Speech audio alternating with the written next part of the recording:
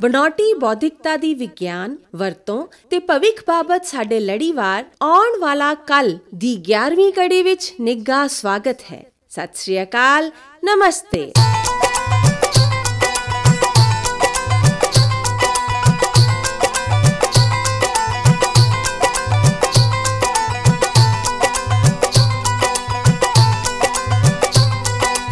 हाँ जी, ਅਸੀਂ ਪੇਸ਼ ਕਰਾਂਗੇ ਅੱਜ ਕਿ ਕਿਵੇਂ ਮਾਹਰ ਪ੍ਰਣਾਲੀਆਂ ਅਤੇ ਬਨਾਉਟੀ ਬੁੱਧੀ ਦਾ ਸਮੇਲ ਬਹੁਤ ਸਾਰੇ ਨਵੇਂ ਦਿਸ-ਹੱਦਿਆਂ ਨੂੰ ਦਿੰਦਾ ਹੈ ਜਨਮ। ਲਓ ਸੁਣੋ ਹੁਣ ਸਾਡੇ ਇਹਨਾਂ ਕਲਾਕਾਰਾਂ ਦੀ ਜ਼ੁਬਾਨੀ ਸਾਡੀ ਅੱਜ ਦੀ ਕੜੀ ਮਾਹਰ ਪ੍ਰਣਾਲੀਆਂ ਅਤੇ ਬਨਾਉਟੀ ਬੌਧਿਕਤਾ ਦੇ ਮਹੱਤਵ ਦੀ।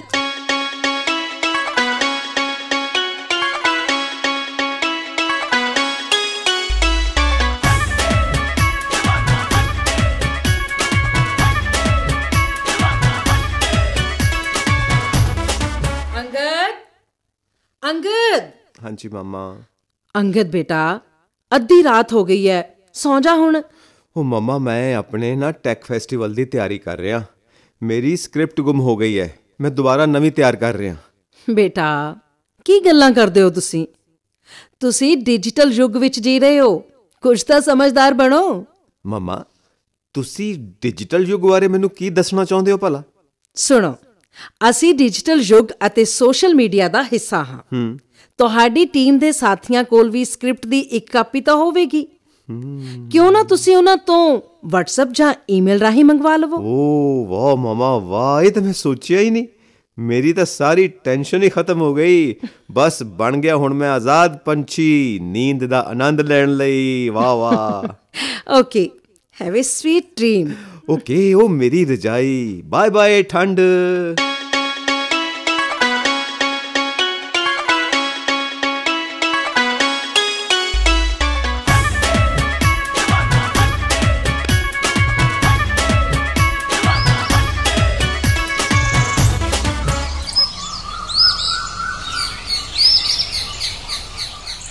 अंगद जल्दी आ जा, कॉफी तैयार है बेटा। ਓਏ ਮਮਾ ਠੰਡ ਬਹੁਤ ਜ਼ਿਆਦਾ ਹੈ ਕਿ ਮੈਨੂੰ ਲੱਗਦੀ ਪਈ ਹੈ। ਮੈਨੂੰ ਕਿਉਂ ਪੁੱਛਦਾ ਹੈ?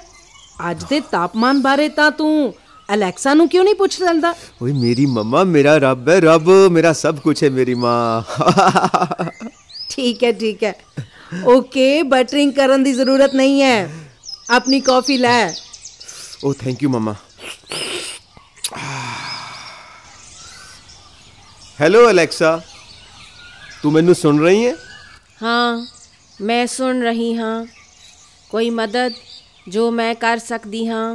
एलेक्सा, बाहर दा तापमान की है? बाहरला तापमान जमा बिंदु नू लगभग छूण वाला है। 2.5 डिग्री सैल्सीयस है। दिन दा तापमान 18 डिग्री सैल्सीयस तक जा सकता है, पर आसमान साफ रहेगा ਅਤੇ ਸਵੇਰੇ ਅਤੇ ਸ਼ਾਮ ਨੂੰ ਕੁਝ ਧੁੰਦ ਰਹੇਗੀ। ਜ਼ੀਰੋ ਦੇ ਨੇੜੇ ਸਾਡਾ ਸਰੀਰ ਤਾਪਮਾਨ ਦੀ ਸਥਿਤੀ ਦਾ ਸਭ ਤੋਂ ਵਧੀਆ ਸੂਚਕ ਹੈ। ਅੰਗਦ, ਕੀ ਤੈਨੂੰ ਆਪਣੀ ਸਕ੍ਰਿਪਟ ਮਿਲੀ? ਵਾਓ, ਹਾਂ ਮਮਾ, ਮੈਂ ਤੁਹਾਡੀ ਸਲਾਹ ਦੇ ਉੱਤੇ ਕੰਮ ਕੀਤਾ। ਆਹ ਦੇਖੋ, ਸਕ੍ਰਿਪਟ ਦੀ ਕਾਪੀ ਮੇਰੇ ਹੱਥ 'ਚ। ਡਿਜੀਟਲ ਟੈਕਨੋਲੋਜੀ ਦੀ ਸਮੇਂ ਸਿਰ ਸਹੀ ਵਰਤੋਂ। ਹਾਂ ਮਮਾ, ਅਸੀਂ ਡਿਜੀਟਲ ਟੈਕਨੋਲੋਜੀ ਦੇ ਇੱਕ ਹਿੱਸੇ ਦੀ ਵਰਤੋਂ ਕੀਤੀ ਹੈ। ਭਵਿੱਖ ਵਿੱਚ ਇਹ ਸਾਡੇ ਜੀਵਨ ਨੂੰ ਚਲਾਉਣ ਜਾ ਰਿਹਾ ਹੈ ਅਤੇ ਇਸ ਤੋਂ ਬਿਨਾਂ ਜ਼ਿੰਦਗੀ ਦੀ ਕਲਪਨਾ ਕਰਨਾ ਵੀ ਸ਼ਾਇਦ ਅਸੰਭਵ ਹੋਵੇਗਾ। ਇਸੇ ਕਰਕੇ ਤਾਂ ਕੁਝ ਸਮਾਜ ਸ਼ਾਸਤਰੀ ਤੇ ਅਰਥ ਸ਼ਾਸਤਰੀ ਇਸ ਨੂੰ ਡਿਜੀਟਲ ਟੈਕਨੋਲੋਜੀ ਦਾ ਯੁੱਗ ਕਹਿੰਦੇ ਨੇ। ਮਮਾ, ਕੀ ਤੁਸੀਂ ਇਹ ਸਭ ਆਪਣੀਆਂ ਸਮਾਜ ਸ਼ਾਸਤਰ ਦੀਆਂ ਕਲਾਸਾਂ ਵਿੱਚ ਪੜ੍ਹਾਉਂਦੇ ਹੋ? ਸਾਡੀਆਂ ਕਲਾਸਾਂ ਵਿੱਚ ਤਾਂ ਇਸ ਤੇ ਆਧਾਰਿਤ ਇੱਕ ਬੁਨਿਆਦੀ ਅਧਿਆਇ ਵੀ ਹੈ। ਇੰਨਾ ਜ਼ਿਆਦਾ ਨਹੀਂ, ਪਰ ਇਸ ਟੈਕਨੋਲੋਜੀ ਦੀਆਂ ਸਾਰੀਆਂ ਬੁਨਿਆਦੀ ਧਾਰਨਾਵਾਂ ਤੇ ਚਾਨਣਾ ਪਾਇਆ ਗਿਆ। ਬਿਲਕੁਲ ਸਹੀ ਹੈ ਮਮਾ। ਸਾਡੇ ਇੱਕ ਪ੍ਰੋਫੈਸਰ ਇਸ ਤੇ ਕੰਮ ਕਰ ਰਹੇ ਨੇ। ਉਹਨਾਂ ਦੇ ਖੋਜ ਕਾਰਜਾਂ ਦਾ ਹਵਾਲਾ ਸਾਰੇ ਸੰਸਾਰ 'ਚ ਦਿੱਤਾ ਜਾਂਦਾ ਹੈ। ਉਹ ਬਹੁਤ ਪ੍ਰਤਿਭਾਵਾਨ ਨੇ। ਅੰਗਦ ਬੇਟਾ, ਤੁਸੀਂ ਆਪਣੀ ਪੇਸ਼ਕਾਰੀ ਤੇ ਡਰਾਮਾ ਸਕ੍ਰਿਪਟ ਉੱਪਰ ਕੰਮ ਤਾਂ ਬਹੁਤ ਸਾਰਾ ਕਰ ਰਹੇ ਹੋ, ਪਰ ਮੈਨੂੰ ਕਦੇ ਇਸ ਦੇ ਥੀਮ ਬਾਰੇ ਨਹੀਂ ਦੱਸਿਆ। ਤੁਸੀਂ ਆਰਟੀਫਿਸ਼ੀਅਲ ਇੰਟੈਲੀਜੈਂਸ ਦੀ ਗੱਲ ਕਰ ਰਹੇ ਹੋ ਨਾ? ਉਹ ਮੇਰੀ ਸੁਪਰ ਮਮਾ, ਉਹ ਤਾਂ ਤੂੜੀ ਚੋਂ ਵੀ ਸੂਈ ਲੱਭ ਲੈਂਦੀ ਹੈ। ਮਮਾ, ਤੁਸੀਂ ਜੋ ਗੱਲ ਕਰ ਰਹੇ ਹੋ ਸਾਡੀ ਸਕ੍ਰਿਪਟ ਉਸੇ ਤੇ ਹੀ ਆਧਾਰਿਤ ਹੈ।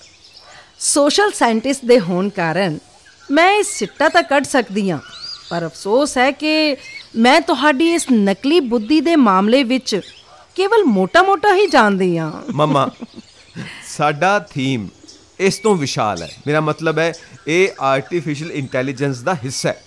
ਪਰ ਮਮਾ, ਤੁਸੀਂ ਤਾਂ ਮਾਹਰਾਂ ਦੇ ਮਾਹਿਰ ਹੋ। ਚੱਲ ਐਵੇਂ ਗੱਲਾਂ ਨਾ ਬਣਾਈ ਜਾ, ਬੀ ਸੀਰੀਅਸ। ਮੈਂ ਤੇਰੇ ਚਿਹਰੇ ਤੇ ਤੇਰੇ ਹਾਵ ਭਾਵ ਪੜ੍ਹ ਸਕਦੀ ਹਾਂ। ਮੈਂ ਸੀਰੀਅਸ ਹਾਂ, ਪਰ ਮਮਾ ਤੁਹਾਡੀ ਅਕਲ ਮੇਰੀ ਨਕਲੀ ਬੁੱਧੀ ਯਾਨੀ ਆਰਟੀਫਿਸ਼ੀਅਲ ਇੰਟੈਲੀਜੈਂਸ ਤੋਂ ਕਿਤੇ ਉੱਪਰ ਹੈ। ਠੀਕ ਹੈ, ਹੁਣ ਹੋਰ ਵਾਧੂ ਗੱਲਾਂ ਨਹੀਂ। ਕੱਲ ਖੁੱਲੀ ਅਸੈਂਬਲੀ ਵਿੱਚ ਮੈਂ ਆਪਣੇ ਵਿਦਿਆਰਥੀਆਂ ਨੂੰ ਇਸ ਵਿਸ਼ੇ ਬਾਰੇ ਹੀ ਦੱਸਾਂਗੀ। ਮਮਾ, ਇਹ ਸਭ ਆਰਟੀਫਿਸ਼ੀਅਲ ਇੰਟੈਲੀਜੈਂਸ ਬਾਰੇ ਹੈ। ਇਸ ਦੇ ਬਹੁਤ ਸਾਰੇ ਉਪਯੋਗ ਨੇ। ਮਾਹਰ ਸਿਸਟਮ, ਏਕੀਕ੍ਰਿਤ ਮਸ਼ੀਨ, ਵੱਖ-ਵੱਖ ਸੌਫਟਵੇਅਰ ਤੇ ਹੋਰ ਵੀ ਬਹੁਤ ਸਾਰੇ। ਪਰ ਮਾਹਰ ਦਾ ਅਰਥ ਤਾਂ ਇਸ ਤੋਂ ਕੁਝ ਪਰੇ ਹੈ। ਇਸ ਵਿੱਚ ਬਹੁਤ ਕੁਝ ਸ਼ਾਮਲ ਕਰਕੇ ਇਕੱਠਾ ਤੇ ਇਕਸੁਰ ਹੋ ਸਕਦਾ ਹੈ। ਕੀ ਮੈਂ ਸਹੀ ਹਾਂ? ਮੇਰੀ ਮਮਾ ਹਮੇਸ਼ਾ ਸਹੀ ਹੁੰਦੀ ਹੈ। ਉਸਨੇ ਆਪਣੇ ਪਰਿਵਾਰ ਨੂੰ ਇੰਨੀ ਖੂਬਸੂਰਤੀ ਨਾਲ ਇੱਕ ਸੂਰਤਾ ਵਿੱਚ ਕੀਤਾ ਹੋਇਆ ਹੈ। ਮਜ਼ਾਕ ਨਾ ਕਰ। ਇੱਥੇ ਤੈਨੂੰ ਆਪਣੇ ਸਮੇਂ, ਅਭਿਆਸ ਤੇ ਬੋਲਾਂ ਨੂੰ ਇਕਸੁਰਤਾ ਵਿੱਚ ਕਰਨਾ ਪਵੇਗਾ। ਮੈਂ ਮਜ਼ਾਕ ਨਹੀਂ ਕਰ ਰਿਹਾ। ਇੱਕ ਮਾਹਿਰ ਗਾਈਡ ਦੀ ਤਰ੍ਹਾਂ ਇਹ ਵਿਸ਼ੇਸ਼ ਜਾਣਕਾਰੀ ਇਕੱਤਰ ਕਰਕੇ ਤਰਕ ਨਾਲ ਸਲਾਹ ਦੇਣਾ। ਜੇ ਇਸ ਤੋਂ ਵੀ ਪਰੇ ਵੇਖਣਾ ਹੈ ਤਾਂ ਇਹ ਸਿਸਟਮ ਉਪਭੋਗਤਾਵਾਂ ਨੂੰ ਵਿਆਖਿਆ ਤੇ ਸਲਾਹ ਪ੍ਰਦਾਨ ਕਰਦਾ ਹੈ। ਠੀਕ ਹੈ, ਸਮਝ ਆ ਗਿਆ। ਅੰਗਦ, ਕੀ ਤੁਸੀਂ ਇਸ ਨੂੰ ਹੋਰ ਸਪਸ਼ਟ ਕਰਨ ਲਈ ਕੁਝ ਉਦਾਹਰਨਾਂ ਦੇ ਸਕਦੇ ਹੋ? ਹਾਂ ਮਮਾ, ਇਸੇ ਲਈ ਮੈਂ ਕਹਿਣਾ ਕਿ ਮੇਰੀ ਮੰਮੀ ਪ੍ਰਤਿਭਾਵਾਨ ਹੈ ਅਤੇ ਮੇਰੇ ਆਪਣੇ ਮਾਹਿਰ ਸਿਸਟਮ ਤੋਂ ਵੀ ਉੱਪਰ ਹੈ। ਅੰਗਦ, ਗੱਲ ਤੇ ਆ। ਸਮਾਂ ਬਹੁਤ ਕੀਮਤੀ ਹੈ, ਬੀਤਦਾ ਜਾ ਰਿਹਾ ਹੈ। ਇਸਨੇ ਕਿਸੇ ਦੀ ਨਹੀਂ ਸੁਣਨੀ, ਚੱਲਦਾ ਹੀ ਜਾਏਗਾ ਆਪਣੀ ਤੋਰ। ਰਹੀ ਵਾਸਤੇ ਘੱਟ ਸਮੇਂ ਨੇ ਇੱਕ ਨਾ ਮੰਨੀ। ਮੈਂ ਤਾਂ ਨਾਸ਼ਤਾ ਵੀ ਤਿਆਰ ਕਰਨਾ ਹੈ। ਵਾਹ, ਕਿੰਨਾ ਵਧੀਆ ਸਮੇਂ ਦਾ ਏਕੀਕਰਨ। ਮੰਮੀ, ਇੱਕ ਮਾਹਰ ਸਿਸਟਮ ਤੇ ਸੌਫਟਵੇਅਰ ਇਸ ਤਰ੍ਹਾਂ ਦਾ ਹੈ ਜੋ ਸਮੱਸਿਆਵਾਂ ਨੂੰ ਹੱਲ ਕਰਨ ਲਈ ਸਿਸਟਮ ਵਿੱਚ ਸਟੋਰ ਕੀਤੇ ਗਿਆਨ ਦੀ ਵਰਤੋਂ ਕਰਦਾ ਹੈ। ਇਸ ਦਾ ਅਰਥ ਹੈ ਸਿਸਟਮ ਵਿੱਚ ਸਟੋਰ ਕੀਤੇ ਅੰਕੜਿਆਂ ਤੇ ਸੌਫਟਵੇਅਰ ਦੁਆਰਾ ਕੀਤੇ ਜਾਣ ਵਾਲੇ ਅੰਕੜਾ ਵਿਸ਼ਲੇਸ਼ਣ ਦੁਆਰਾ ਮੇਰੇ ਵਰਗੇ ਸੋਸ਼ਲ ਸਾਇੰਟਿਸਟ ਦੀ ਥਾਂ ਲੈਣਾ। ਹਾਂ ਮਮਾ, ਮਾਹਰ ਪ੍ਰਣਾਲੀ ਵਿਆਖਿਆ ਕਰ ਸਕਦੀ ਹੈ ਤੇ ਇਹ ਸਲਾਹ ਵੀ ਦੇ ਸਕਦੀ ਹੈ ਕਿ ਕਿਸੇ ਸਮੱਸਿਆ ਨੂੰ ਹੱਲ ਕਰਨ ਲਈ ਕਿਸ ਤਰ੍ਹਾਂ ਅੱਗੇ ਵਧਣਾ ਹੈ। ਪਰ ਇਹ ਸਾਰਾ ਡਾਟਾ ਕਿਸਨੇ ਪਾਇਆ ਹੈ? ਮਨੁੱਖ ਨੇ ਜਾਂ ਮਸ਼ੀਨਾਂ ਨੇ? ਮਮਾ, ਉਹ ਵਿਅਕਤੀ ਜਿਸਨੇ ਸਿਸਟਮ ਵਿੱਚ ਡਾਟਾ ਪਾਇਆ ਹੈ ਉਹ ਟੈਕਨੋਲੋਜੀ ਦਾ ਮਾਹਰ ਹੈ। ਸਧਾਰਨ ਮਨੁੱਖ ਇਹ ਕੰਮ ਨਹੀਂ ਕਰ ਸਕਦਾ। ਹਾਂ, ਇਹ ਸਭ ਨੂੰ ਪਾਉਣ ਤੋਂ ਬਾਅਦ ਸੌਫਟਵੇਅਰ ਆਮ ਆਦਮੀ ਦੁਆਰਾ ਹੀ ਇਸਤੇਮਾਲ ਕੀਤਾ ਜਾਂਦਾ ਹੈ। ਇਸ ਮਾਹਰ ਪ੍ਰਣਾਲੀ ਦੀਆਂ ਕੋਈ ਵਿਸ਼ੇਸ਼ ਉਦਾਹਰਨਾਂ ਜੋ ਤੁਸੀਂ ਆਪਣੀ ਸਕ੍ਰਿਪਟ ਵਿੱਚ ਦਿੱਤੀਆਂ ਹੋਣ? ਇੱਕ ਸੋਸ਼ਲ ਸਾਇੰਟਿਸਟ ਤੱਥ ਕਹਾਉਣਾ ਕਿਵੇਂ ਜਾਣਦਾ ਹੈ, ਇਹ ਮੇਰੀ ਮਾਂ ਤੋਂ ਪੁੱਛੋ। ਸਭ ਤੋਂ ਆਮ ਹੈ ਖੂਨ ਦੀ ਲਾਗ ਦੇ ਇਲਾਜ ਲਈ ਵਰਤਿਆ ਜਾਣ ਵਾਲਾ ਮਾਈਸਿਨ। ਇਹ ਸਿਸਟਮ ਮਰੀਜ਼ਾਂ ਦੀ ਜਾਂਚ, ਦੱਸੇ ਜਾਣ ਵਾਲੇ ਲੱਛਣਾਂ ਤੇ ਮੈਡੀਕਲ ਟੈਸਟਾਂ ਦੇ ਆਧਾਰ ਤੇ ਕਰਦਾ ਹੈ। ਇਹ ਕਾਫੀ ਦਿਲਚਸਪ ਹੈ।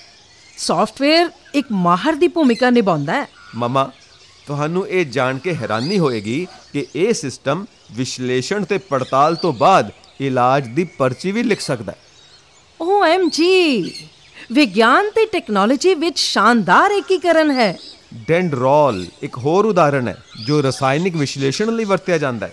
ਇੱਥੇ ਮਾਹਿਰ ਸਿਸਟਮ ਅਣੂ ਬਣਤਰ ਦੀ ਭਵਿੱਖਬਾਣੀ ਕਰਨ ਲਈ ਸਪੈਕਟੋਗ੍ਰਾਫੀ ਅੰਕੜਿਆਂ ਦੀ ਵਰਤੋਂ ਕਰਦਾ ਹੈ।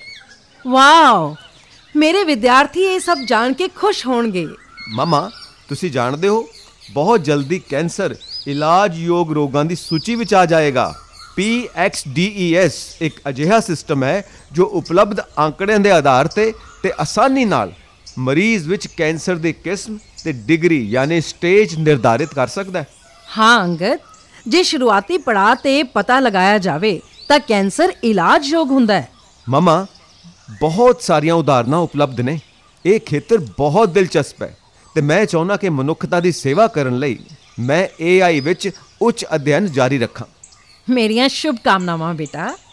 ਮਮਾ, ਮੈਂ ਚਾਹੁੰਦਾ ਕਿ ਤੁਸੀਂ ਵੀ ਸਾਡੇ ਕਾਲਜ ਦੇ ਟੈਕ ਫੈਸਟ ਵਿੱਚ ਜ਼ਰੂਰ ਸ਼ਾਮਿਲ ਹੋਵੋ। ਤੁਹਾਨੂੰ ਨਵੀਆਂ ਚੀਜ਼ਾਂ ਮਿਲਣਗੀਆਂ ਆਪਣੇ ਵਿਦਿਆਰਥੀਆਂ ਨੂੰ ਦੱਸਣ ਦੇ ਲਈ। ਠੀਕ ਹੈ ਮੇਰੇ ਬੇਟੇ, ਪਰ ਇੱਕ ਰਾਜ਼ ਦੀ ਗੱਲ ਹੈ। ਸਵੇਰੇ ਤੁਹਾਡੇ ਪ੍ਰਿੰਸੀਪਲ ਨਾਲ ਇੱਕ ਮੁਲਾਕਾਤ ਤੈਅ ਕੀਤੀ ਗਈ ਹੈ। ਮੈਂ ਤੁਹਾਡੇ ਪ੍ਰੋਫੈਸਰ ਅਮਨ ਨੂੰ ਮਿਲਣ ਲਈ ਵੀ ਸਮਾਂ ਕੱਢਣ ਦੀ ਕੋਸ਼ਿਸ਼ ਕਰਾਂਗੀ। ਵਾਓ, ਇਹ ਤਾਂ ਬਹੁਤ ਵਧੀਆ ਗੱਲ ਹੈ ਮਮਾ। ਪ੍ਰੋਫੈਸਰ ਅਮਨ ਨਕਲੀ ਬੁੱਧੀ ਦੇ ਖੇਤਰ ਵਿੱਚ ਇੱਕ ਅਥਾਰਟੀ ਨੇ। ਮਨੁੱਖੀ ਸਰੋਤ ਮੰਤਰਾਲੇ ਤੇ ਵਿਗਿਆਨ ਤੇ ਟੈਕਨੋਲੋਜੀ ਵਿਭਾਗ ਦੁਆਰਾ ਨਕਲੀ ਬੁੱਧੀ ਸੰਬੰਧੀ ਬਣਾਈ ਗਈ ਕਮੇਟੀ ਦੇ ਉਹ ਮੈਂਬਰ ਵੀ ਨੇ। ਇਹ ਜ਼ਿਆਦਾ ਮਹੱਤਵਪੂਰਨ ਹੈ ਕਿ ਅਸੀਂ ਇਹ ਸਮਝੀਏ ਕਿ ਅਸੀਂ ਇਸ ਟੈਕਨੋਲੋਜੀ ਨੂੰ ਆਪਣੇ ਸਮਾਜ ਦੇ ਲਾਭ ਲਈ ਕਿਵੇਂ ਵਰਤ ਸਕਦੇ ਹਾਂ। ਮਾਮਾ, ਪ੍ਰੋਫੈਸਰ ਅਮਨ ਨੇ ਵੀ ਸਾਡੀ ਟੀਮ ਨੂੰ ਸਮਾਂ ਦਿੱਤਾ ਹੈ ਤਾਂ ਜੋ ਅਸੀਂ ਆਪਣੇ ਕਾਲਜ ਦਾ ਝੰਡਾ ਬੁਲੰਦ ਰੱਖ ਸਕੀਏ। Smart team.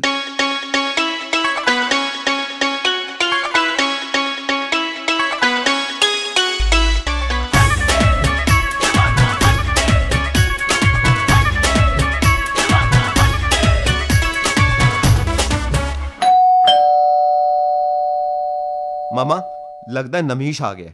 ਮੈਂ ਦੇਖਦਾ। Hello Angad, good morning. Good morning Namish. ਕਿਵੇਂ ਹੋ ਅੰਗਦ ਤੁਸੀਂ? ਮੈਂ ਬਿਲਕੁਲ ਠੀਕ ਹਾਂ। ਸੱਚ, ਤੁਹਾਡੀ ਮੁਸਕਰਾਹਟ ਤੁਹਾਡੇ ਵਿਸ਼ਵਾਸ ਦਾ ਸਬੂਤ ਹੈ। ਇਹ ਮੁਸਕਰਾਹਟ ਤੇਰੇ ਕਾਰਨ ਹੈ ਨਮੀਸ਼। ਮੇਰਾ ਤੂੰ ਨਾ ਤਣਾਅ ਮਿਟਾ ਦਿੱਤਾ ਜਦੋਂ ਤੂੰ ਸਕ੍ਰਿਪਟ ਮੇਲ ਕੀਤੀ। ਅੰਗਦ, ਆਪਣੇ ਦੋਸਤ ਨੂੰ ਅੰਦਰ ਤਾਂ ਬੁਲਾ ਲੈ ਬੇਟਾ। ਹਾਂ ਮਾਮਾ। Good morning aunty. Good morning Namish, ਕੀ ਹਾਲ ਹੈ? ਮੰਮੀ ਪਾਪਾ ਕਿਵੇਂ ਨੇ? ਆਂਟੀ, ਮੰਮੀ ਪਾਪਾ ਦੋਵੇਂ ਠੀਕ ਨੇ। ਸੱਚੀ, ਮਨੁੱਖੀ ਵਿਵਹਾਰ ਤੇ ਨਵਾਂ ਰੁਝਾਨ ਤੇ ਤੁਸੀਂ ਜੋ ਭਾਸ਼ਣ ਦਿੱਤਾ ਸੀ ਨਾ, ਉਸ ਨੇ ਉਹਨਾਂ ਨੂੰ ਬਹੁਤ ਪ੍ਰਭਾਵਿਤ ਕੀਤਾ। ਓਕੇ ਬੱਚਿਓ, ਕੀ ਤੁਸੀਂ ਤਿਆਰ ਹੋ?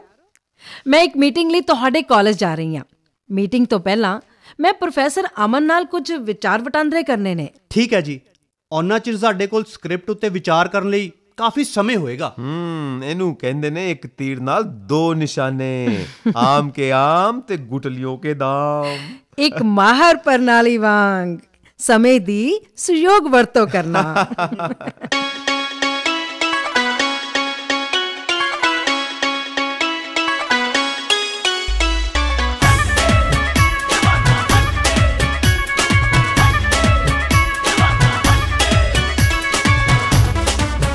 ਬੇਸ਼ੱਕ ਬਨੌਟੀ ਬੌਧਿਕਤਾ ਅਤੇ ਮਾਹਰ ਪ੍ਰਣਾਲੀ ਬਾਰੇ ਅੱਜ ਸਾਡਾ ਗਿਆਨ ਬਹੁਤ ਘੱਟ ਹੈ, ਪਰ ਇਹ ਪ੍ਰਣਾਲੀ ਪੜਾਅਦਾਰ ਦੀਰਘਕਾਲੀਨ ਪ੍ਰਭਾਵ ਪਾਉਣ ਵਾਲੀ ਹੈ। ਵਾਓ, ਇਹ ਸਭ ਇਸ ਕਰਕੇ ਕਿ ਤੁਸੀਂ ਸਾਰੇ ਇਸ ਮਾਮਲੇ ਵਿੱਚ ਬਹੁਤ ਗਹਿਰੀ ਦਿਲਚਸਪੀ ਲੈ ਰਹੇ ਹੋ, ਜਿਸ ਕਰਕੇ ਇਹ ਸਾਰੀ ਪ੍ਰਕਿਰਿਆ ਨਤੀਜਿਆਂ ਨੂੰ ਆਪਸ ਵਿੱਚ ਜੋੜਨ ਲਈ ਉਤਪ੍ਰੇਰਕ ਦੀ ਤਰ੍ਹਾਂ ਕੰਮ ਕਰਦੀ ਹੈ। ਸਾਡਾ ਵੀ ਇਹੀ ਵਿਚਾਰ ਹੈ। ਕਿਉਂ ਅੰਗਦ? ਬਿਲਕੁਲ ਬਿਲਕੁਲ। ਪਰ ਅੰਗਦ, ਮੇਰਾ ਇੱਕ ਪ੍ਰਸ਼ਨ ਅਜੇ ਵੀ ਹੈ। ਇਹ ਸਭ ਹੋਇਆ ਕਿਵੇਂ? ਮੇਰਾ ਮਤਲਬ ਡਾਟਾ ਮਾਈਨਿੰਗ ਦੁਆਰਾ ਹੀ ਹੋਇਆ ਜਾਂ ਇਸ ਤੋਂ ਵੀ ਪਾਰ ਕੁਝ ਹੋਰ ਕਾਰਕਾਂ ਕਰਕੇ? ਹਾਂ, ਇਹ ਪ੍ਰਣਾਲੀ ਅਜਿਹੀ ਹੈ ਕਿ ਮੁਸ਼ਕਿਲ ਪੱਧਰਾਂ ਨੂੰ ਆਪਣੇ ਆਪ ਵਧਾਉਂਦੀ ਹੋਈ ਅਗਲੇ ਪੜਾਅ ਵੱਲ ਲੈ ਜਾਂਦੀ ਹੈ ਤੇ ਅਗਲੇ ਪੜਾਅ ਦੇ ਹੱਲ ਲੱਭਦੀ ਜਾਂਦੀ ਹੈ। ਇਹ ਸਭ ਆਪਣੇ ਆਪ ਮਦਦ ਕਰਦੀ ਰਹਿੰਦੀ ਹੈ। ਹਾਂ, ਇਹ ਵਧੀ ਹੋਈ ਸਸ਼ਕਤੀਕ੍ਰਿਤ ਹਕੀਕਤ ਵੀ ਓਨੀ ਹੀ ਮਹੱਤਵਪੂਰਨ ਹੈ। ਮਨੁੱਖੀ ਮਾਹਰ ਤਾਂ ਬੇਸ਼ੱਕ ਨਾਸ਼ਵਾਨ ਨੇ, ਪਰ ਇੱਕ ਮਾਹਰ ਪ੍ਰਣਾਲੀ ਤਾਂ ਸਥਾਈ ਹੁੰਦੀ ਹੈ। ਵਾਹ, ਮੈਂ ਵੀ ਅਮਰ ਹੋਣ ਦੀ ਇੱਛਾ ਪਾਲਦਾ। ਪਰ ਮਾਈ ਡੀਅਰ ਫਰੈਂਡ, ਟੈਕਨੋਲੋਜੀ ਵਿੱਚ ਭਾਵਨਾਵਾਂ ਲਈ ਕੋਈ ਜਗ੍ਹਾ ਨਹੀਂ ਹੁੰਦੀ। ਇਹ ਤਾਂ ਨਿਰੀ ਵਿਗਿਆਨ ਤੇ ਹਕੀਕਤਾਂ ਉੱਪਰ ਆਧਾਰਿਤ ਹੁੰਦੀ ਹੈ। ਪਰ ਲੰਬੀ ਜ਼ਿੰਦਗੀ ਜਿਉਣ ਦੀ ਇੱਛਾ ਦਾ ਨੁਕਸਾਨ ਵੀ ਕੀ ਹੈ? ਸਿਰਫ ਲੰਬੀ ਉਮਰ ਹੀ ਨਹੀਂ, ਸਗੋਂ ਤੰਦਰੁਸਤ ਤੇ ਖੁਸ਼ਹਾਲ ਜ਼ਿੰਦਗੀ ਵੀ ਮਹੱਤਵਪੂਰਨ ਹੈ। ਮਾਹਰ ਪ੍ਰਣਾਲੀ ਲਈ ਇਹ ਇੱਕ ਹੋਰ ਗੁੰਝਲਦਾਰ ਸਵਾਲ ਹੈ। ਹਾਂ, ਫਿਰ ਆਪਣੀ ਮਾਹਰ ਪ੍ਰਣਾਲੀ ਨੂੰ ਪੁੱਛ। ਮੇਰਾ ਮਤਲਬ ਹੈ ਤੇਰੇ ਦਿਮਾਗ ਵਿਚਲੀ ਮੌਜੂਦਾ ਜਾਣਕਾਰੀ ਦੁਆਰਾ ਗੁੰਝਲਦਾਰ ਸਮੱਸਿਆਵਾਂ ਨੂੰ ਹੱਲ ਕਰਨਾ ਸਿੱਖ। ਯਾਰ, ਕੁਛ ਤਾਂ ਗੰਭੀਰਤਾ ਤੇ ਸਿਆਣਪ ਨਾਲ ਗੱਲ ਕਰ। ਇਸ ਨੂੰ ਹਲਕੇ ਤਰੀਕੇ ਨਾਲ ਨਾ ਲੈ। ਅਸੀਂ ਅੰਤਮ ਲੜਾਈ ਲੜਨ ਲਈ ਜਾ ਰਹੇ ਹਾਂ ਮਿੱਤਰ। ਮੁੰਡਿਓ, ਤੁਸੀਂ ਆਪਣੇ ਪ੍ਰੋਫੈਸਰ ਨਾਲ ਗੱਲਬਾਤ ਕਰ ਸਕਦੇ ਹੋ। ਇਸ ਦੌਰਾਨ ਮੈਂ ਪ੍ਰਿੰਸੀਪਲ ਸਾਹਿਬ ਨੂੰ ਮਿਲ ਲਵਾਂਗੀ। ਓਕੇ ਮਮਾ। ਉਹ ਵੇਖੋ, ਅਰੁਸ਼ੀ ਸਾਡੀ ਉਡੀਕ ਕਰ ਰਹੀ ਹੈ। Hello friends. ਹੈਲੋ।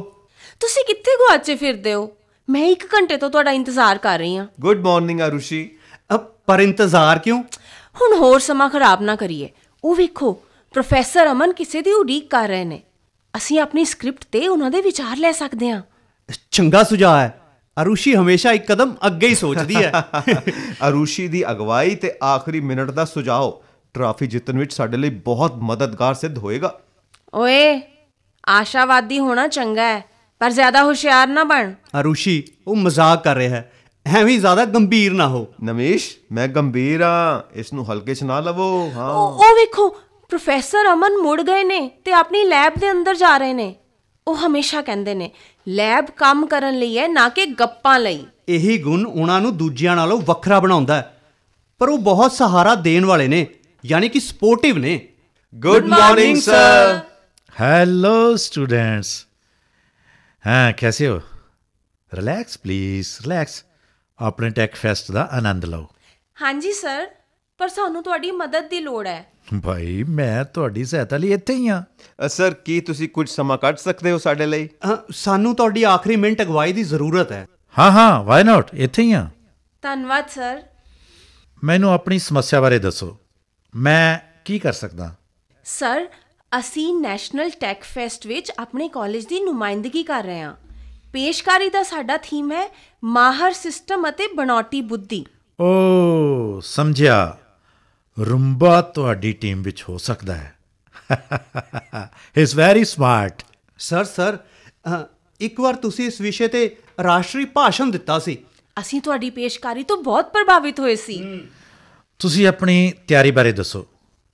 ਮੈਨੂੰ ਲੱਗਦਾ ਹੈ ਜਿਸ ਤਰ੍ਹਾਂ ਦੀ ਤੁਹਾਡੀ ਦਿਲਚਸਪੀ ਹੈ, ਤੁਸੀਂ ਬਹੁਤ ਸ਼ਾਨਦਾਰ ਪ੍ਰਦਰਸ਼ਨ ਕਰੋਗੇ। ਓਕੇ, ਮੈਨੂੰ ਦੱਸੋ, ਮੈਂ ਤੁਹਾਡੀ ਮਦਦ ਕਿਵੇਂ ਕਰ ਸਕਦਾ? ਸਰ, ਇਹ ਸਾਡੀ ਸਕ੍ਰਿਪਟ ਹੈ।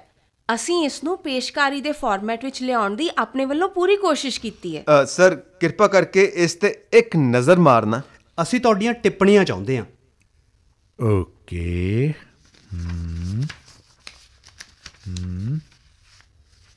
ਹਾਂ, ਵਾਹ, ਗੁੱਡ। ਓ, ਦਿਲਚਸਪ ਕਹਾਣੀ ਹੈ, ਬਹੁਤ ਚੰਗੀ ਤਰ੍ਹਾਂ ਲਿਖਿਆ ਹੈ, ਚੰਗੀ ਜਾਣਕਾਰੀ ਹੈ।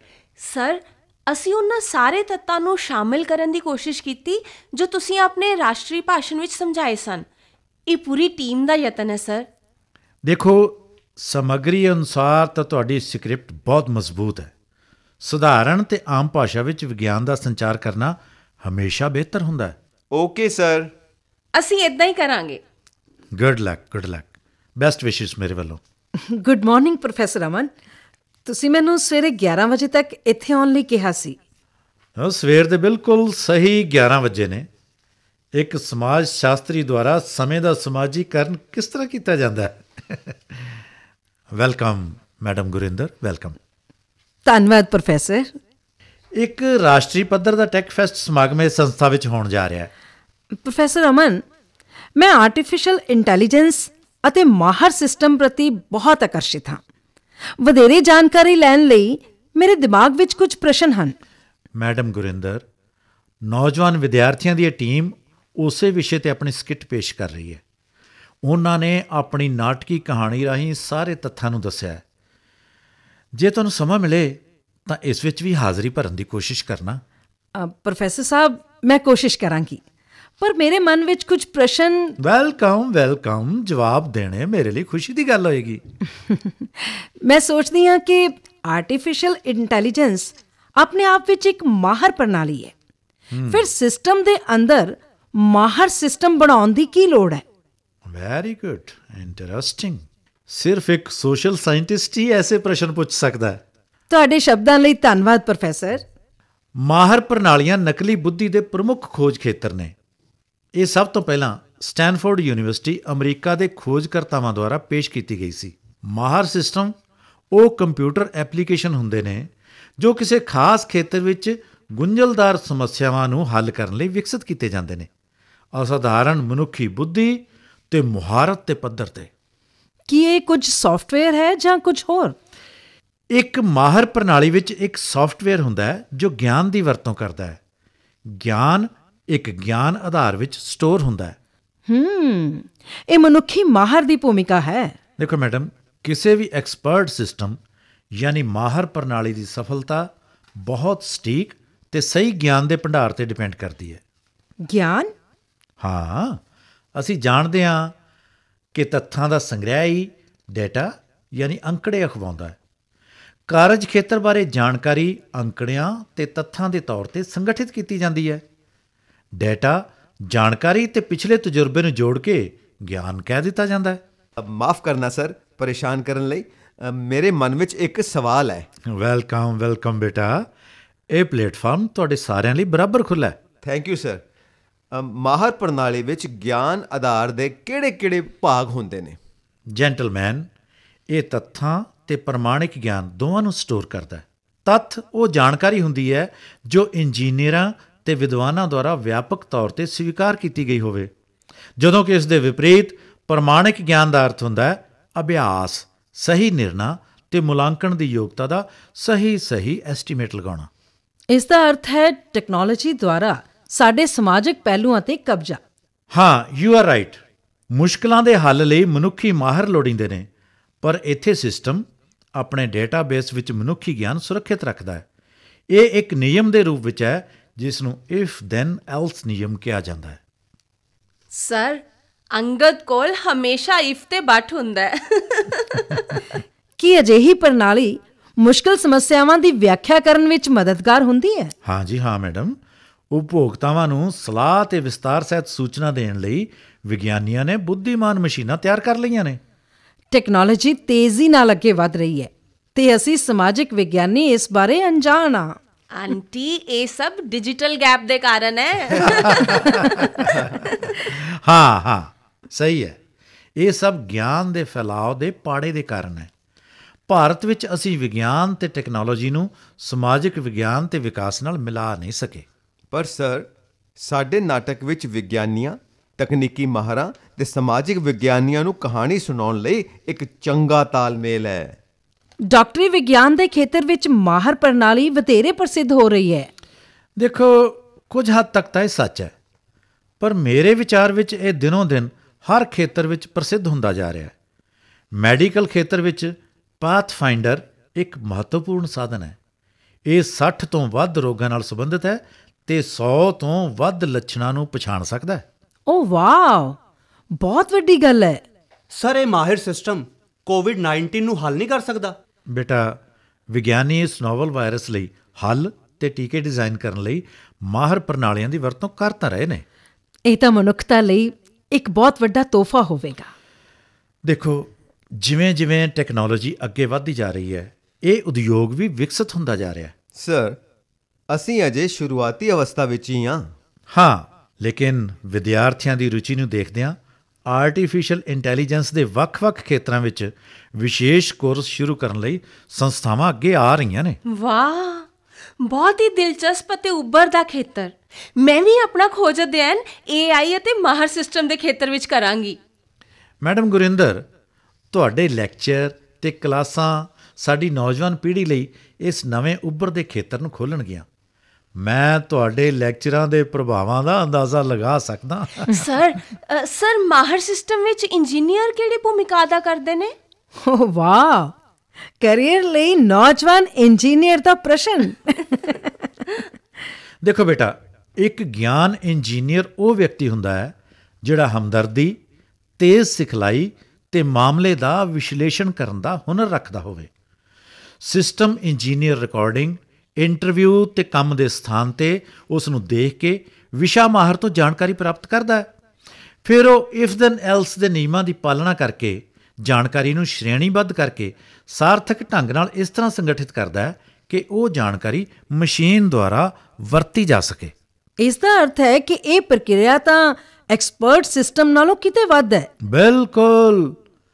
ਆ ਯੁਵਕ ਸਾਡੇ ਭਵਿੱਖ ਦੇ ਇੰਜੀਨੀਅਰ ਇਸ ਸਿਸਟਮ ਦਾ ਆਧਾਰ ਬਣਨਗੇ। ਸਰ, ਤੁਸੀਂ ਇਸ ਦਿਲਚਸਪ ਹਿਊਮਨੋਇਡ ਰੂੰਬਾ ਨੂੰ ਕਿਵੇਂ ਡਿਜ਼ਾਈਨ ਕੀਤਾ ਹੈ? ਇਹ ਤਾਂ ਆਪਣੇ ਕਾਲਜ ਦੇ ਸਾਰੇ ਵਿਦਿਆਰਥੀਆਂ ਲਈ ਬਹੁਤ ਵਧੀਆ ਪ੍ਰੇਰਨਾ ਸਰੋਤ ਹੈ। ਦੇਖੋ ਬੇਟੇ, ਸਿਸਟਮ ਵਿਕਾਸ ਦੀ ਪ੍ਰਕਿਰਿਆ ਏਕੀਕ੍ਰਿਤ ਹੈ। ਪਹਿਲਾਂ ਤੁਹਾਨੂੰ ਉਸ ਸਮੱਸਿਆ ਦੀ ਪਛਾਣ ਕਰਨੀ ਪੈਂਦੀ ਹੈ ਜੋ ਕਿ ਇੱਕ ਮਾਹਰ ਸਿਸਟਮ ਲਈ ਯੋਗ ਹੋਵੇ। ਇਸ ਨੂੰ ਇਸ ਤਰ੍ਹਾਂ ਤਿਆਰ ਕੀਤਾ ਜਾਂਦਾ ਹੈ ਤਾਂ ਕਿ ਸੰਕਲਪ ਉਸ ਡੋਮੇਨ ਗਿਆਨ ਨੂੰ ਵਧੀਆ ਢੰਗ ਨਾਲ ਦਰਸਾ ਸਕਦਾ ਹੋਵੇ। ਉਸ ਤੋਂ ਬਾਅਦ ਪ੍ਰੋਟੋਟਾਈਪ ਤਿਆਰ ਕੀਤਾ ਜਾਂਦਾ ਹੈ। ਇਸ ਤੋਂ ਅਗਲਾ ਕਦਮ ਹੁੰਦਾ ਹੈ ਡੋਮੇਨ ਗਿਆਨ ਨੂੰ ਪ੍ਰਾਪਤ ਕਰਨਾ ਤੇ ਇਸ ਨੂੰ ਇਫ ਦੈਨ ਐਲਸ ਨਿਯਮਾਂ ਦੇ ਰੂਪ ਵਿੱਚ ਪੇਸ਼ ਕਰਨਾ। ਇਸ ਤੋਂ ਬਾਅਦ ਟੈਸਟ ਕੀਤਾ ਜਾਂਦਾ ਹੈ ਤੇ ਪ੍ਰੋਟੋਟਾਈਪ ਨੂੰ ਸੁਧਾਰਿਆ ਜਾਂਦਾ ਹੈ ਤੇ ਅੰਤ ਵਿੱਚ ਮੁਕੰਮਲ ਐਕਸਪਰਟ ਸਿਸਟਮ ਦਾ ਵਿਕਾਸ। ਪ੍ਰੋਫੈਸਰ ਅਮਨ, ਉਹ ਵੱਖ-ਵੱਖ ਖੇਤਰ ਕਿਹੜੇ ਹਨ ਜਿੱਥੇ ਇਸ ਨੂੰ ਵਰਤੋਂ ਵਿੱਚ ਲਿਆਂਦਾ ਜਾ ਸਕਦਾ ਹੈ? ਮੈਡਮ, ਐਪਲੀਕੇਸ਼ਨ ਦਾ ਖੇਤਰ ਬਹੁਤ ਵਿਸ਼ਾਲ ਹੈ। ਡਿਜ਼ਾਈਨ ਡੋਮੇਨ ਵਿੱਚ ਕੈਮਰਾ, ਲੈਂਸ ਡਿਜ਼ਾਈਨ ਤੇ ਵਾਹਨ ਡਿਜ਼ਾਈਨ ਸ਼ਾਮਲ ਹੁੰਦੇ ਨੇ। ਡਾਕਟਰੀ ਡੋਮੇਨ ਵਿੱਚ ਬਿਮਾਰੀ ਦੇ ਕਾਰਨ ਲੱਭਣ ਦੇ ਨਾਲ-ਨਾਲ ਮਰੀਜ਼ਾਂ ਦੇ ਆਪਰੇਸ਼ਨ ਤੇ ਨਿਗਰਾਨੀ ਸਿਸਟਮ ਦੀ ਵਰਤੋਂ ਲੰਬੀ ਪੈਟਰੋਲੀਅਮ ਪਾਈਪਲਾਈਨ ਵਿੱਚ ਲੀਕੇਜ ਦੀ ਨਿਗਰਾਨੀ ਲਈ। ਦੇਖੋ, ਸੰਭਾਵਿਤ ਧੋਖਾਧੜੀ ਦੀ ਪਛਾਣ, ਸ਼ੱਕੀ ਲੈਣ ਦੇਣ, ਸਟਾਕ ਮਾਰਕੀਟ ਟ੍ਰੇਡਿੰਗ, 에ਅਰਲਾਈਨ ਤੇ ਕਾਰਗੋ ਸ਼ਡਿਊਲਿੰਗ, ਕਿੰਨੇ ਹੀ ਖੇਤਰ ਨੇ, ਇੱਕ ਲੰਬੀ ਸੂਚੀ ਹੈ। OMG, ਸਾਡੇ ਇੰਜੀਨੀਅਰ ਤੇ ਵਿਗਿਆਨੀ ਜੋ ਇਹ ਸਭ ਡਿਜ਼ਾਈਨ ਕਰ ਰਹੇ ਨੇ ਬਹੁਤ ਪ੍ਰਤਿਭਾਵਾਨ ਨੇ। ਉਹ ਸਾਰੇ ਪ੍ਰਸ਼ੰਸਾ ਦੇ ਪਾਤਰ ਹਨ। ਇਹ ਸਾਰੀ ਪ੍ਰਸ਼ੰਸਾ ਸਾਡੀ ਭਵਿੱਖੀ ਪ੍ਰਤਿਭਾ ਲਈ ਹੈ। ਮੇਰਾ ਮਤਲਬ ਆਰੂਸ਼ੀ ਤੇ ਅੰਗਤ ਲਈ। ਡੀਅਰ ਸਟੂਡੈਂਟਸ, ਇਹਨਾਂ ਦੇ ਲਾਭ ਕਲਪਨਾ ਤੋਂ ਪਰੇ ਨੇ ਤੇ ਉਤਪਾਦਨ ਦੀ ਲਾਗਤ ਬਿਲਕੁਲ ਵਾਜਬ। ਮਨੁੱਖੀ ਗਲਤੀਆਂ ਦੇ ਮੁਕਾਬਲੇ ਗਲਤੀ ਦਰ ਬਹੁਤ ਹੀ ਘੱਟ। ਇਹ ਬਿਨਾਂ ਭਾਵੁਕ ਹੋਏ, ਪਰੇਸ਼ਾਨ ਹੋਏ ਜਾਂ ਬਿਨਾਂ ਅੱਕੇ ਜਾਂ ਬਿਨਾਂ ਥੱਕੇ ਨਿਰੰਤਰ ਕੰਮ ਕਰਦੇ ਰਹਿੰਦੇ ਨੇ। ਸਰ, ਤੁਸੀਂ ਬਹੁਤ ਪ੍ਰਤਿਭਾਵਾਨ ਹੋ ਤੇ ਅਸੀਂ ਤੁਹਾਨੂੰ ਸਲਾਮ ਕਰਦੇ ਹਾਂ। ਥੈਂਕ ਯੂ ਬੇਟਾ। ਤੁਹਾਡੀ ਪੂਰੀ ਟੀਮ ਨੂੰ ਮੇਰੀਆਂ ਬੈਸਟ ਵਿਸ਼ੇਸ। ਮੈਂ ਉਹਨਾਂ ਦਿਨਾਂ ਦੀ ਉਡੀਕ ਕਰ ਰਿਹਾ ਜਦੋਂ ਤੁਸੀਂ ਇਸ ਖੇਤਰ ਨੂੰ ਨਵੀਆਂ ਉਚਾਈਆਂ ਤੇ ਲਿਜਾਣ ਲਈ ਇੱਥੇ ਹੋ। ਤੁਹਾਡੀਆਂ ਅਸੀਸਾਂ ਇਹਨਾਂ ਦੇ ਮਨੋਬਲ ਨੂੰ ਉਤਸ਼ਾਹਿਤ ਕਰਨਗੀਆਂ। ਹੁਣ ਸਾਨੂੰ ਚੱਲਣਾ ਚਾਹੀਦਾ ਹੈ। Okay, bye professor. ਧੰਨਵਾਦ sir. Thank you sir. Thank you sir. ਧੰਨਵਾਦ thank you, thank you, bye everybody.